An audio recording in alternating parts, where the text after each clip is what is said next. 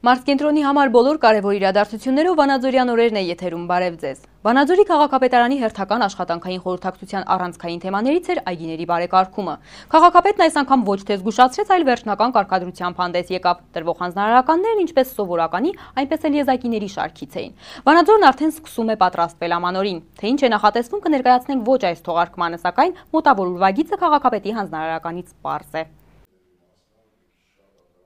Վանաձորի քաղաքապետարանի հերթական աշխատանքային խորհրդակցությունն ինչպես միշտ սկսվեց քաղաքի մաքրության թեմայով։ Հանձնարարվեց դադարեցնել ծառերի ետումը, քաղաքը մաքրել կոշտ թափոններից, հնձել խոտերի մնացորդները։ Չտեղափոխված մեքենաների թափքերի տերերը տուգանվելու են։ Անցած շաբաթ վնասազերծվել է 52 թափառող կենդանի, քաղաքապետը հանձնարարեց մինչև ամսվա վերջ աշխատանքներն ակտիվացնել։ Քաղաքացիներից բողոքներ են ստանում։ Զգուշացում այգիների վարձակալներին մաքրել դրանք, եթե ոչ, ապա դեկտեմբերի 20-ից պայմանագրով նախատեսված պարտավորությունները չկատարելու դեպքում խնդիրը կլուծվի դատական կարգով, պայմանագրերն էլ կխզվեն։ Պայմանագրային պարտավորությունները չեն կատարել,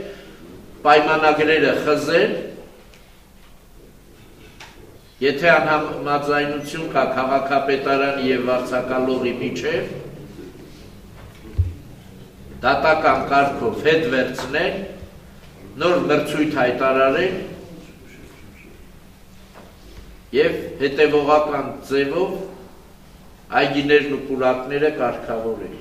Մեկ վատ նորություն լորի ջրմուղկոյուղու վթարաբերականգնողական աշխատանքներն իրականացնող Դարոժնիկ ընկերությունն իր գործունեությունը դադարեցրել է, այնպես որ բոլոր քանդված փոսերն այդպես էլ կմնան։ Սամվել Դարփինյանը խստիվ հանձնարարեց 10 օր ժամանակ կամ վերականգնում են ավերածը կամ գործն ուղարկվում է դատարան։ Մշակույթի բաժնի պետն արդեն սկսելու է զբաղվել ամանորյա միջոցառումների կազմակերպչական հարցերով։ Քաղաքի գլխավոր տոնածառի համար նոր զարդեր են պետք, Վանաձորը բերվելու է տոնական տեսքի։ Մարզկենտրոնը պատրաստ է ձմեռվան տեղումների դեպքում 22 տոննա աղ է պահեստավորվել, տեխնիկան բերվում է պատրաստ վիճակի։ Հայքի հրապարակի շատրվաններն արդեն անջատվել են։ Բյուջեն տարվա սկզբից հավաքագրվել է 92.2%-ով 25 միլիոն 900 հազար դրամ դեռևս մուտքագրված չէ։ Նախորդ շաբաթվա համեմատությամբ ջրամբողջով 11% ավելացել է,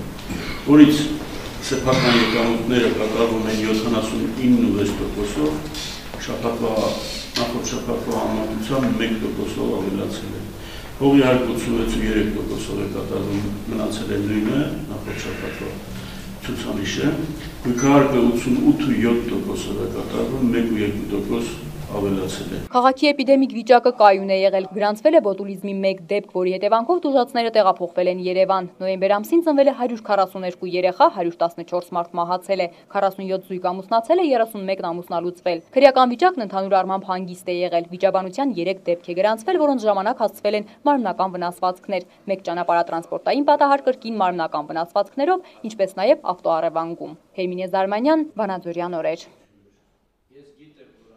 24 տարի առաջ հանրապետության 3 քաղաքներ հարակից գյուղերի հետ միասին մեծ ողբերգություն ապրեցին։ Մարդկային անդառնալի կորուստների ցավը երկար ժամանակ չսպիացավ նաև այն պատճառով, որ դեռ երկար տարիներ փլատակների տակ մնացած բնակավայրերն այդպես էլ մնացին, ամեն Աստծո օր հիշեցնելով կորուստների մասին ու անօթևան մնալու կրկնակի ցավի։ Այսօր շատ բան է փոխվել։ Աղետի գոտու շինարարությունը գրեթե ավարտված է, արդեն շատերն են բնակարանամուտ տոնել։ Խնդիրների մի մասն էլ հաղթահարման փուլում է։ Այս տարի էլ դեկտեմբերի 7-ին մարզի տարբեր համայնքների ղեկավարներ բնակիչների հետ միասին հարգանքի տուրք մատուցեցին հազարավոր անմեղ զոհերի հիշատակին։ Վանաձորի նահատակած պուրակում տեղակայված հուշարձանի մոտ ծաղիկներ եւ ծաղկեպսակ դրեց նաև Վանաձորի համայնքապետը։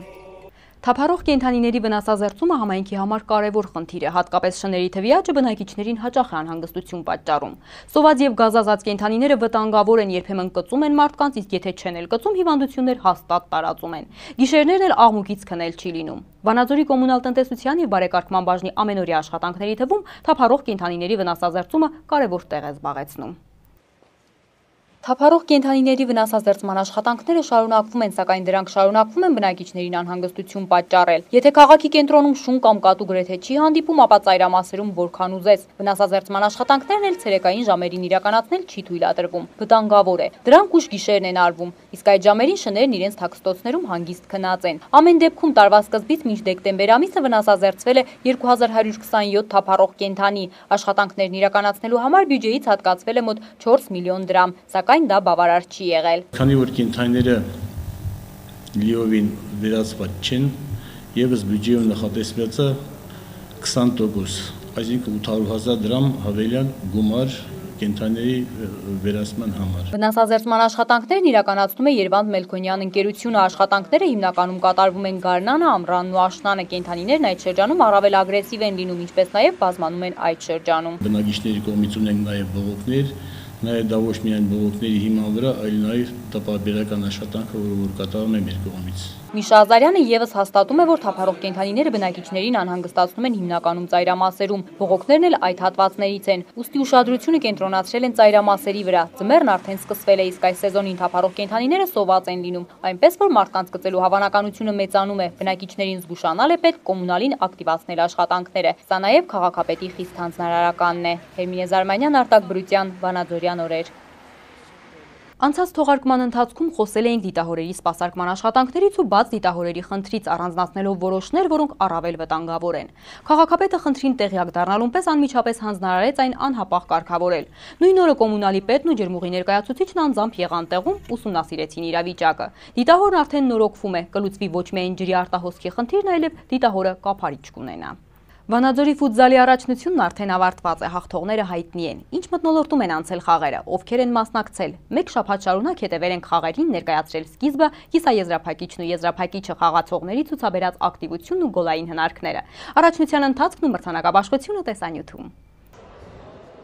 Նոյեմբերի 28-ից մեկնարկած Վանաձորի ֆուտզալի առաջնությունն ավարտվեց։ Առաջնությանը մասնակցում էին մարզկենտրոնի դպրոցների և քոլեջների պատանիները, պայքարն ընթանում էր 16 թիմերի միջև։ Առաջնությունն ընթանում էր օլիմպիական մրցակարգով, կազմակերպիչներն ու մասնակիցներն ընթացքից գոհ էին։ Վստահեցնում էին, որ խաղերն անցնում են խաղաղ և ընկերական մթնոլորտում։ Անցած տարիների համեմատ մասնակիցների թիվը կրկնապատկվել է։ Շաբաթվա վերջում հայտնի դարձան եզրափակիչ անցածների անունները։ Երրորդ և չորրորդ տեղերի համար պայքարեցին Էվրիկա հատուկ դպրոցի և 6-րդ դպրոցի թիմերը։ Թիվ 11 և 13 դպրոցների թիմերը առաջին և երկրորդ տեղերի համար։ Համար պայքարից հետո ավարտվեց Վանաձոր քաղաքի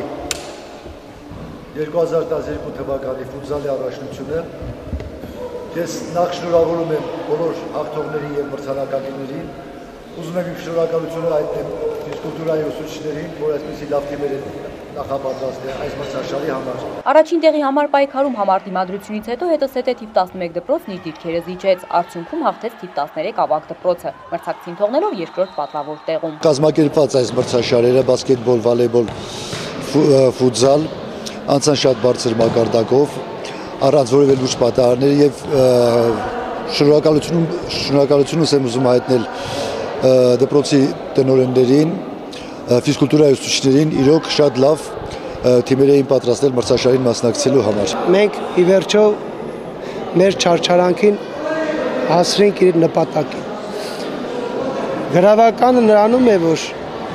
մենք միշտ մեր դպրոցում ֆուտբոլին մեծ ուշադրություն ենք դարձնում։ Իդեպ վերջին 2 տարում թիվ 13 դպրոցի թիմը նաև Հայաստանի դպրոցականների չեմպիոն է։ Վերջին հաղթանակից հետո թույլտվություն են ստացել մասնակցելու աշխարհի դպրոցականների առաջնությանը, սակայն մարզիչը կարծում է, որ իրենց վրա ճնշում են գործադրում, ստիպում են խաղալ Երևանի թիմի հետ եւ միայն ստուգողական հանդիպումից հետո որոշել մեկնողին, սակայն 13-րդ դպրոցը մեկնելու իրավունքը վաստակել է, կարծում է նա։ Երրորդ տեղի համար պայքարը եւս անզիջում էր, պայքարում էին Էվրիկա հատուկ դպրոցն ու թիվ 6 դպրոցը։ Խաղն ավարտվեց հօգուտ վերջինի։ Երրորդ տեղը զբաղեցրեց թիվ 6-րդ դպրոցի թիմը։ Վերջում որոշվեցին նաև լավագույն խաղացողներն, ովքեր պարգևատրվեցին Վանաձորի քաղաքապետարանի ֆիզկուլտուրայի եւ սպորտի բաժնի պատվոգրերով եւ հուշամեդալներով։ Հերմինե Զարմանյան, Արտակ Բրուտյան, Վանաձորյան օրեր։ Այս շաբաթվա Վանաձորյան անցուդարձից առանձնացրել էինք այսքանը։ Հետևեք մեր թողարկումներին, եթե ուզում եք իմանալ ինչ է կատարվում մարզկենտրոնում եւ ինչպես է աշխատում Վանաձորի քաղաքապետարանը։ Խնդիրներ եւ առաջարկներ ունենալու դեպքում անպայման գրեք մեզ Վանաձորյան օրեր @mail.ru էլեկտրոնային հասցեին։ Իսկ ես հրաժեշտ եմ տալիս ձեզ մեկ շաբաթ անց կրկին հանդիպելու խոստումով։ Ցտեսություն։